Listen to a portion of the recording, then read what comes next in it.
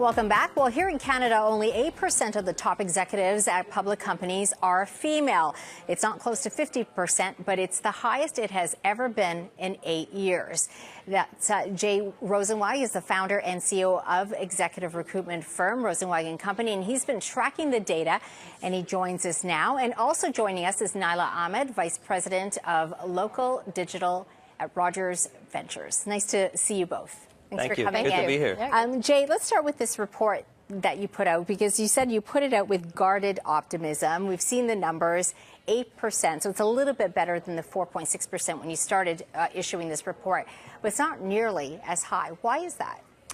Well, if one were to talk about discrimination as being severely prejudicial treatment of women in the workplace, I think we're past those days, which is a great thing.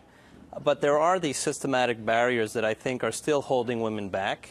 The boss wondering if they should give this critical project to a woman because she has 3 kids at home.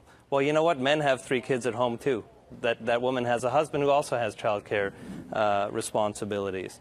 The Rolodex is still alive and well, where it's easier to recycle old candidates when doing a search, whether it's management or executive recruiting firms. And we know, given the 8% statistic, that the people at the top are male, so you're recycling old male candidates if you don't do the original research. And these are some of the sort of biases and barriers that women face moving forward in order to try and progress. But as I said, there are some very, very encouraging signs, and we could speak to those as well. But the score is still pretty pathetic, isn't it? I mean, you looked at more than 500 named executive officers. These are the top paid executives at big companies. Less than 1 in 10 was a woman. But I believe that there is some inertia. If you look at the fact that 60% of university graduates are now female, if you look at the fact that 50% of our workforce is now female, and if you look at the fact, for example, that 50% of the provincial premiers are now female, representing 87% of the population, coupled with the fact that we have now doubled the numbers, I feel that despite the fact the numbers are low, the inertia is going to continue, and the speed of change, although from a corporate point of view, it's been slower than the other paces of change, I think it'll speed up, and we choose to look at the glasses being half full rather than half empty.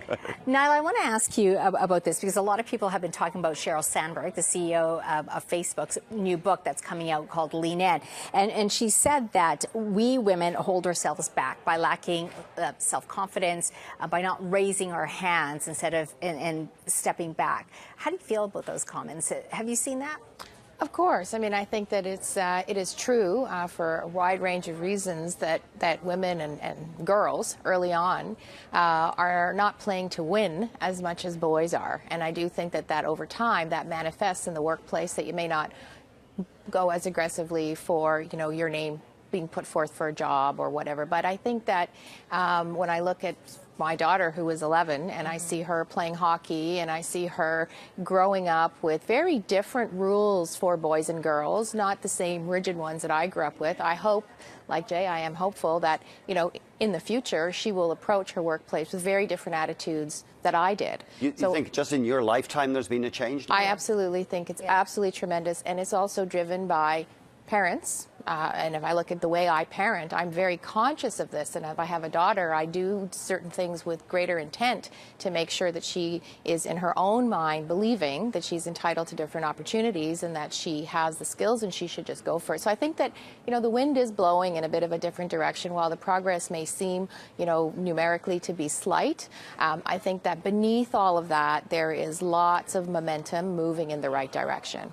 What do you think corporations need to do to support women in these executive roles? It starts with awareness. I mean, I think that, if in any corporation, everybody that comes to work every day is really motivated by making the company perform the best that it could perform. I do think that, as Jay was saying, if you look at the numbers where 50% of your talent pool is female, and in your actual corporation you have a lot of female, just from a talent agenda, you should make sure that you are moving that talent as quickly and as aggressively as you can. The women don't have the same opportunities as you get higher in the organization. So I think awareness is is the first step, and we see organizations like Catalyst, we see large companies like Deloitte that are putting programs in place. Even in Rogers, we have the Rogers Women's Network, which has been around for 10 years. I would say the past 24 months has been when there's been a lot more momentum and awareness within the corporation itself as to what role a group like the Rogers Women can play to help the company perform better. Jay, you run a global recruitment firm. When you bring a woman candidate to a prospective employer, do you sometimes hear a kind of, or just get the body language, no, we don't want to go there? Well, that's actually, that's an excellent question. That's one of the reasons I feel so optimistic, because I haven't seen that. And we're working currently for some of the world's largest corporations. We're doing board searches for some of the largest corporations internationally. And they're all asking me to keep an eye on diversity, in fact. Study after study has shown, forget the moral issue or the moral imperative at this point, which is the most important piece of it, but study after study has shown that the greater the diversity at the top echelons of corporate Canada or corporate United States or corporate Europe, the greater the results. Time and time again, companies have shown that the greater diversity, the greater amount of creativity, the greater the amount of perspectives at the top, the greater the results. And I thought you raised an important point in your report as well, and that is as we see more diversity on the boards, on the board level, that you'll actually see more women being promoted to leadership roles. Well, there's an absolute trickle-down effect. The more women at the top, the greater the remedy of this issue. Because that creates role models for future women. So it's more women at the top, which we're seeing. It's not legislation like some may have suggested. That's a remedy of last resort. It's education, social awareness, corporate commitment by companies such as Bell and Rogers. And at the end of the day, with all of this inertia we're seeing, I feel we won't get to 50%, and 50% might not be the right number, but 8 to 10% is for sure off at the same time. I think also when you look at, you raised Sheryl Sandberg, but when you look at different ecosystems, for example, in the Silicon Valley, tech-based companies, you see a high percentage of women in leadership roles. You see a lot of women that are starting their own companies.